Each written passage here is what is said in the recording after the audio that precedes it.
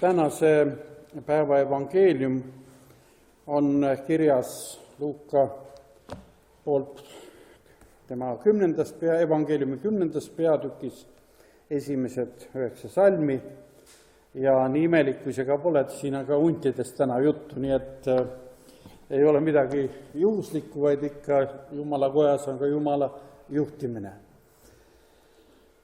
Aga pärast seda määras Issand veel 70 ja läkitas nad kahekaupa enese eele igasse linna ja paika, kuhu ta ise tahtis minna. Ta ütles neile, lõikust on palju, töötegijaid aga vähe. Paluge siis lõikuse Issandat, et ta saadaks töötegijaid välja oma lõikusele. Minge, vaata, ma läkitan teid kui lambaid huntide sekka. Ärge kandke kukrutega pauna ega jalatseid ja ärge teretage kedagi teel. Aga kui te astute kuhugi majja, ütelge esmalt rahu olgu sellele kojale. Ja kui seal on rahulaps, siis hingab teie rahu tema peal, aga kui ei ole, pöördub rahu tagasi teie peale. Aga jääge samasse majja, sööge ja jooge, mis neil on, sest tööline on oma palka väärt. Ärge käige ühest majast teise.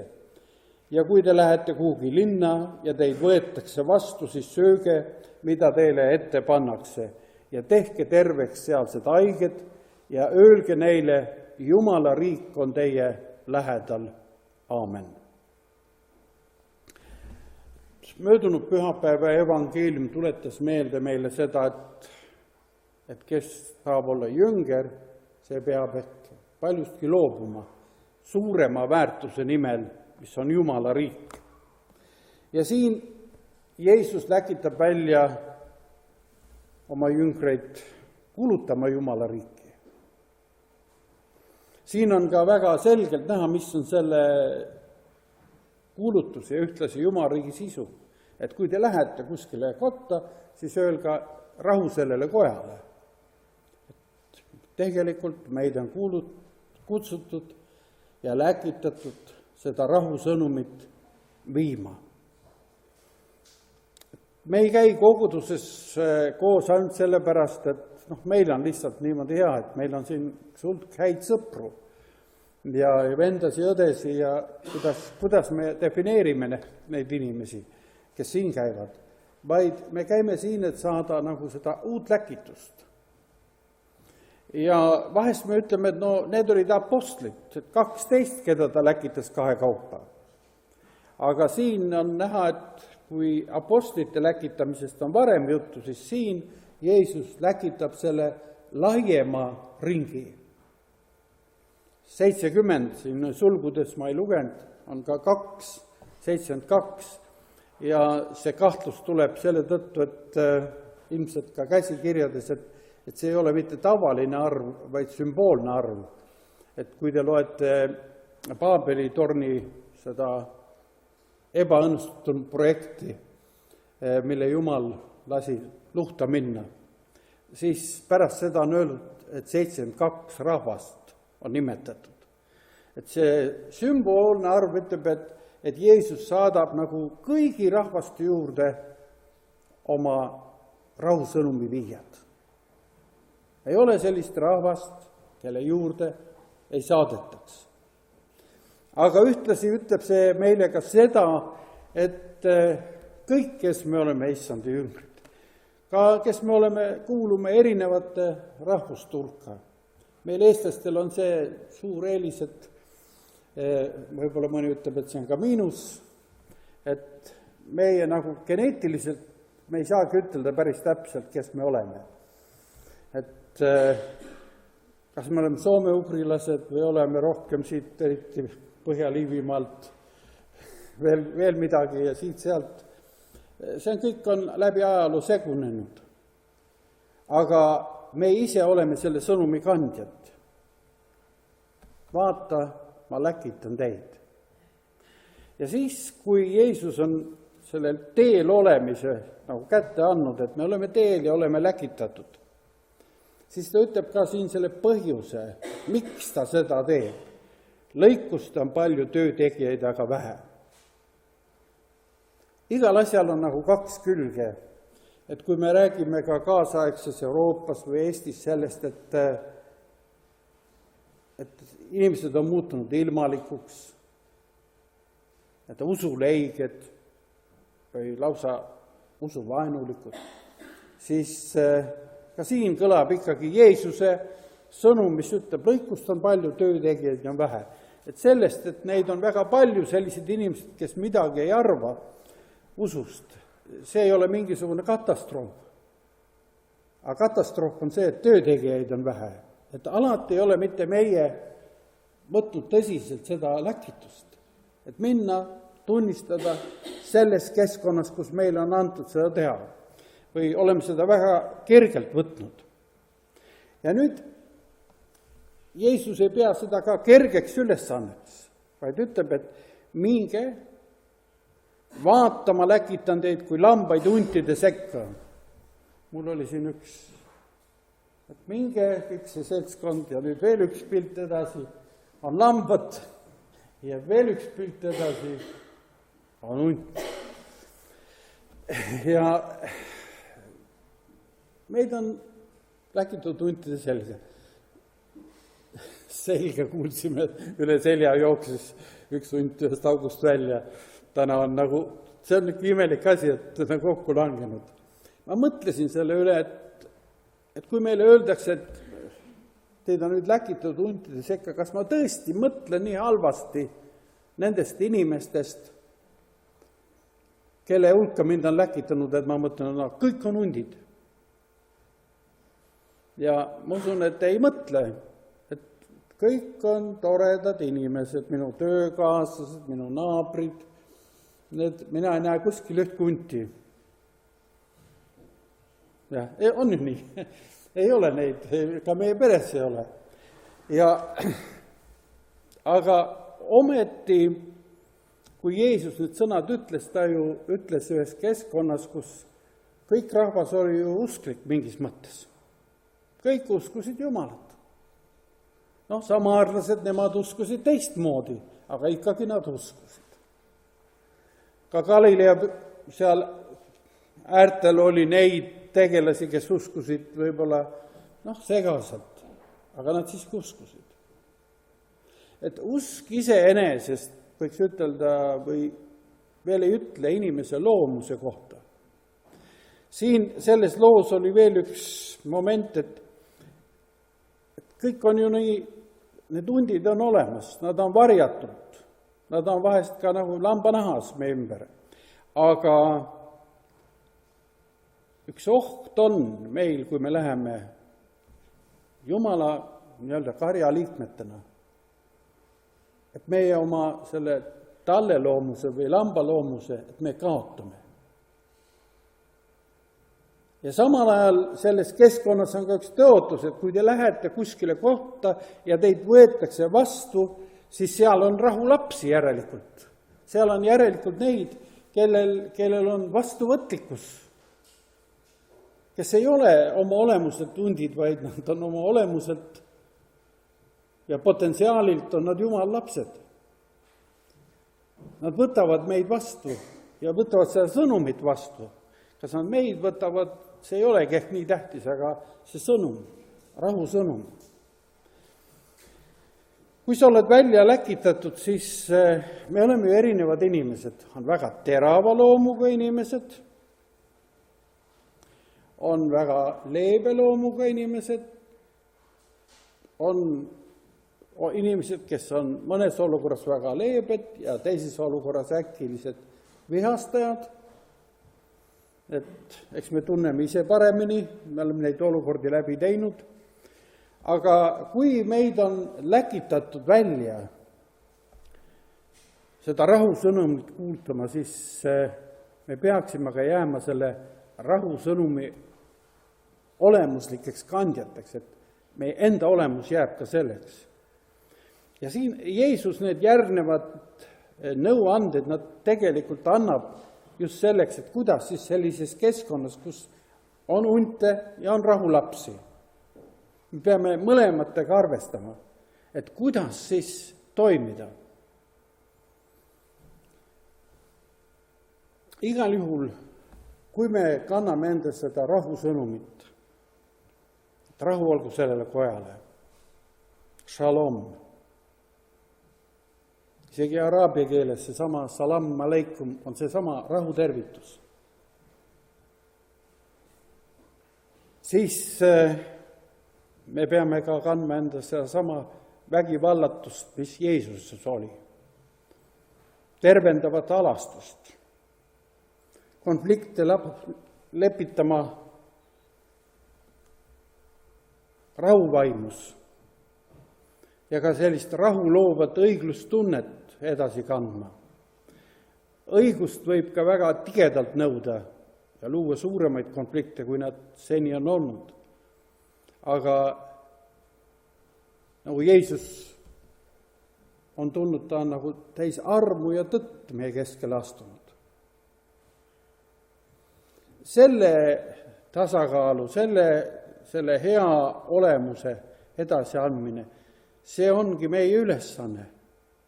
Meie ülesanne ei ole mitte tormata mööda linna ringi ja inimestele midagi peale ja pähe määrida, vaid meie ülesanne on palju keerukam. Seda rahu kanda sinna, kus rahu on vaja. Ma vestlesin eile Hansapäevade laadal ühe vennaga, ta ei ole meie kogudusest, ta on kuskil kaugemalt, ta müüs seal oma kaupa ja siis ta ütles niisuguse natuke kurva häälega, ütles, et ma koguduste liidu festivalil ei saa minna, sest järgmine laadapäev on Tartus, Hansapäevad jälle, ja kui te tähele panite ka terve see nädala lõpp, terve Pärnu, Häädemeestel, siin Liukandis, Kihnus oli suur laulupäev ja jalratta ja kõik, mis siialt, terve Eestimaa võtab sellest suvest, mis võtta annab. No nii, et täie sõõmuga. Ja kuskil nende sündmuste keskel olen meie ka. Üks võimalus on muidugi, mis on väga hea, et istud ilusti nagu mina, istun Raekülas, teen oma toimetusi, sealt välja ei tule, ühegi suveüritusega ei haaku, käin ilusti koguduses, hommikul meres, õhtul meres, kui ilm lubab, ja südames on rahu. Aga teine võimalus on see tõesti, ja võib-olla inimesed ongi oma kas elukutse või tööga seotuna, et nad on iga nädal lõpp kuskil tormavad. Ja küsimus on, et mida see inimene endas veel kannab või mis see on. Siin oli öeldud ka, ärge kandke kukrutega, paunega jalatsid ja ärge teretage kedagi teel. Terve rida nõuandeid, kuidas huntide hulgas hakkama saada. Et ärge kandke kukrut. Kui te Jumala riigi sõnumit levitate, siis ärge panustage rahale. See ei ole rahaline projekt, see on midagi muud. Selleks, et Jumala riigi sõnumit kanda endas ja edasi anda, ei ole vaja palju raha.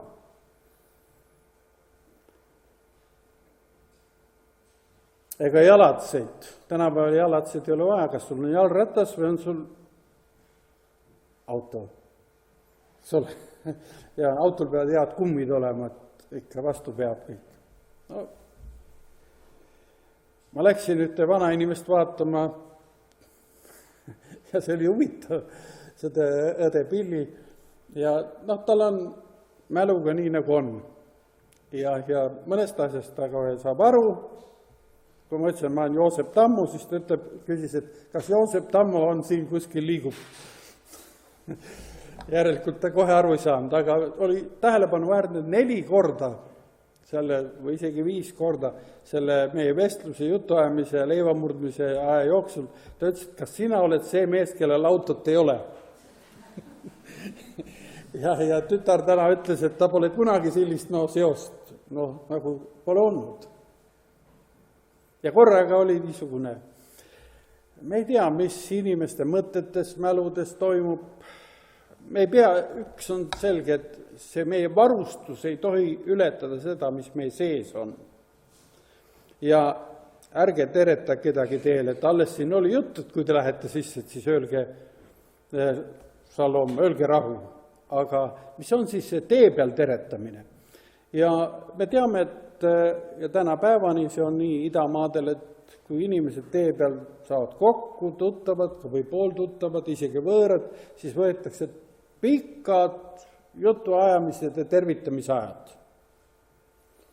Et üks väga nagu intensiivne sotsiaalne suhtluse aeg. Ja võt, Jeesus ütleb, et selle peale ärge väga palju aega viitke. Et niisugused rituaalsed tervitamised, pikad jutud, viisakuse avaldused. Ma mõtlesin, mis see on, kuhu see tänapäeva kontekstis üle kanda. Et kas see on niisugused, nagu ütelda, pikad kohvitamised ja pikad teejoomised, millel ei ole suurt sisu, aga millel on väga suur sotsiaalne väärtus, et me oleme toredas ringis.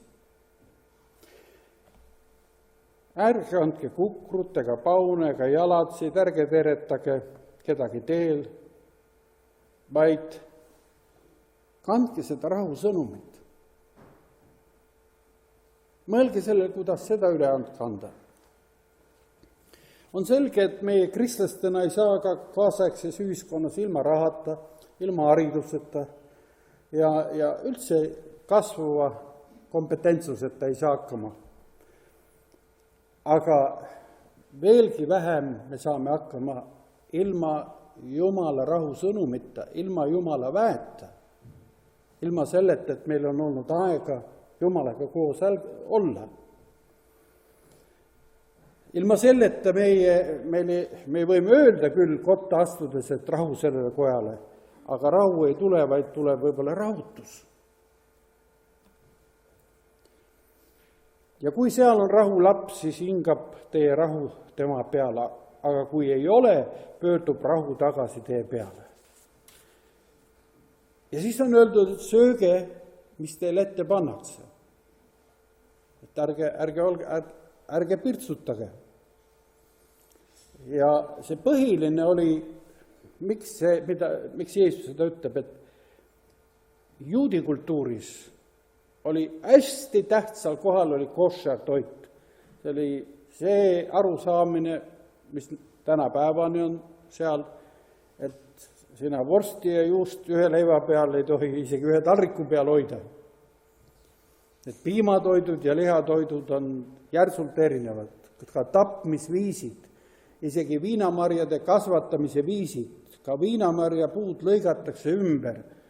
Ja seal on 4 aastat või rohkem, kus nad peavad nii kasvama, et sealt ei tohi midagi võtta, lihtsalt oma loomulikku. Selle koššer veini nii-öelda näidised on siin mõnes Eesti poes on saada, ma ei hakka neid marke ütlema. Aga kus on kõik on tehtud selleks, et see kultuuriliselt, religioosselt, see toit oleks ülipuhas ja täpselt kõik. On tänini neid inimesi, kes ütlevad, et see ongi väga-väga suur hügieeniline ja õige toitumise saavutus.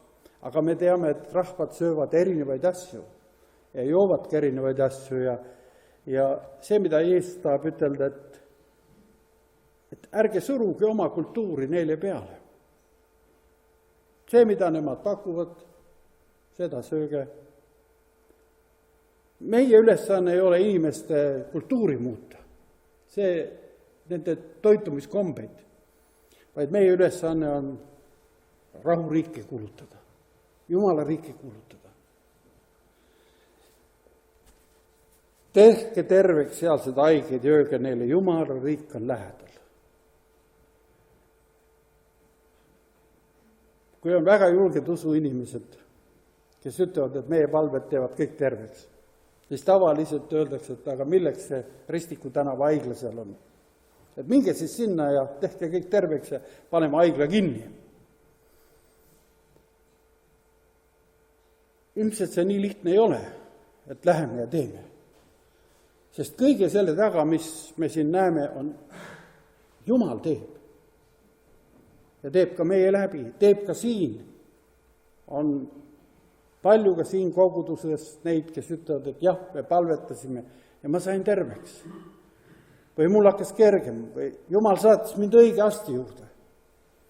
Aga meie põhihoiakus on küsimus, et kas me sattume siin sellisesse halavasse meeleoldu, kus ütleme, et oi, kõik on haiged, kõik on, ma olen ise ka selles eas, kus sain ühe omaealise sõbraga kokku, kes oli teinud ka ühe vähivastase operatsiooni läbi ja see oli üsna tehnoloogiliselt väga peene. Ja kui ta meie kohtumisest esimesed 30 minutit oli rääkinud oma operatsioonist, siis ma sain aru, et ma ise olen samasugune, kes vahest vaevab teisi samamoodi juba oma operatsioonide ja haiguste ja kõige sellega.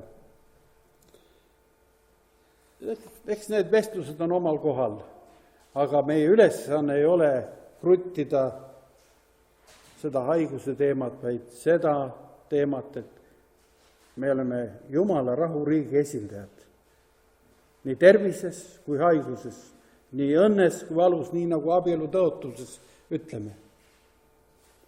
Ja ka surmas jääme ustavaks sellele. Issand, kinnitagu meid selles läkituses, mis ta meile täna on silme ette toonud. Kallid noored koguduse liikmed, Eevi kohta on raske ütelda, et noor, aga sa oled noor, hingelt noor. No Keneri, sinu kohta võib ka ütelda, et oledki noor, nii hingelt kui vihult ka veel. Aga oleme siis ka kõik me siin nooruslikud selles läkituses, mille Issand meile kõigile annab ka nendel suvekuudel. Aamen.